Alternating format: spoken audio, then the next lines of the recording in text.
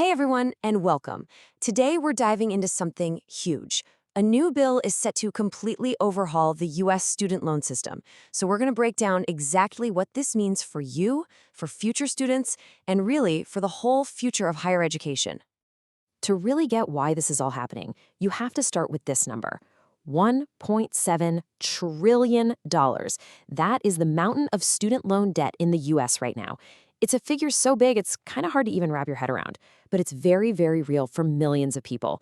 And it's the reason we're seeing this massive change. And yeah, that trillion-dollar figure isn't just some number on a spreadsheet. For the, 44 to 46 million Americans carrying this debt, it's a part of their daily life. It's the reason someone might have to put off buying their first home. It's a source of constant financial stress. And for some, it literally means getting their paycheck stocked. It's a heavy, heavy weight on a whole lot of people. So here's our game plan for today. First, we're going to dig a little deeper into this whole $1.7 trillion problem. Then we'll introduce the new bill and break down the new borrowing caps for everyone, undergrads, grad students, and parents too. And finally, we'll look at the big picture. What are these changes actually trying to accomplish? So let's talk about the crisis itself. To really understand why the government is making such a drastic move, you have to appreciate just how big this problem has gotten. Okay, so this chart kind of lays it all out for us. You've got a group of people who are actively repaying their loans. You've got another group whose payments are on pause for one reason or another. But then you have this group, 3 million borrowers. These folks are in default. That is a huge number of people in serious financial trouble. So what does default actually mean? Well, it's not like just missing one payment. For a federal loan, you're considered in default after 270 days. That's about 9 months of not paying. And once you hit that mark, things get pretty serious. And when I say serious, I mean it. The consequences are no joke. The government has some pretty powerful ways to collect on these loans. We're talking about them being able to garnish your wages, take your tax refund, even withhold other federal benefits. It's a situation you absolutely want to avoid.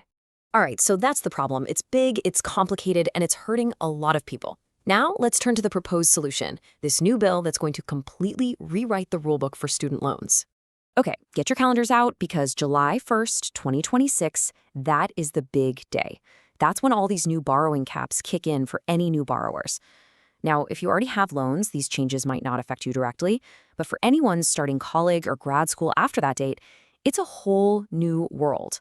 So let's get into the nitty-gritty, starting with undergraduate students. What's changing for them? How much will they be able to borrow for their bachelor's degree? Okay, so the new rules are pretty straightforward here. They set clear limits for each year. In your first year, you can borrow up to $5,500.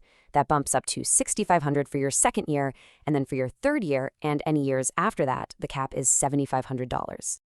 Now, on top of those yearly limits, there are also total lifetime caps for your undergrad degree. For what's called a dependent student, that's usually someone whose parents can still claim them on their taxes, the total limit is $31,000. But for an independent student, someone who's financially on their own, that cap is quite a bit higher at $57,500. All right, now we get to the main event. Because when it comes to graduate students, this is where we see the most dramatic, most radical changes. This is a total game changer for master's programs, PhDs, law school, you name it. And wow, this slide really puts it into perspective. The old way? A grad student could pretty much borrow up to the full cost of attendance, whatever the school said that was. Now, that's gone. Poof. It's been replaced by a hard annual cap of $20,500 in unsubsidized loans. And that word is key. Unsubsidized means interest starts racking up immediately. This is a massive, massive shift. So let's just recap the new reality for grad students. First, you've got that annual cap of $20,500. Then there's a new lifetime cap of $100,000 just for grad school. And that doesn't even include what you borrowed for your undergrad degree. But here's the real bombshell. Grad Plus loans, they're being eliminated. They're gone. That program that lets students borrow above the standard limits is no longer an option. But the changes don't just stop with the students. This new bill also puts some pretty significant limits on parents who take out federal loans, known as Parent Plus loans, to help pay for their kids' education. So for parents using those plus loans, there are new caps here too.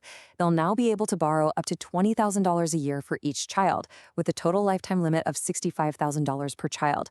The idea here is pretty clear. It's trying to prevent families from taking on a crippling amount of debt.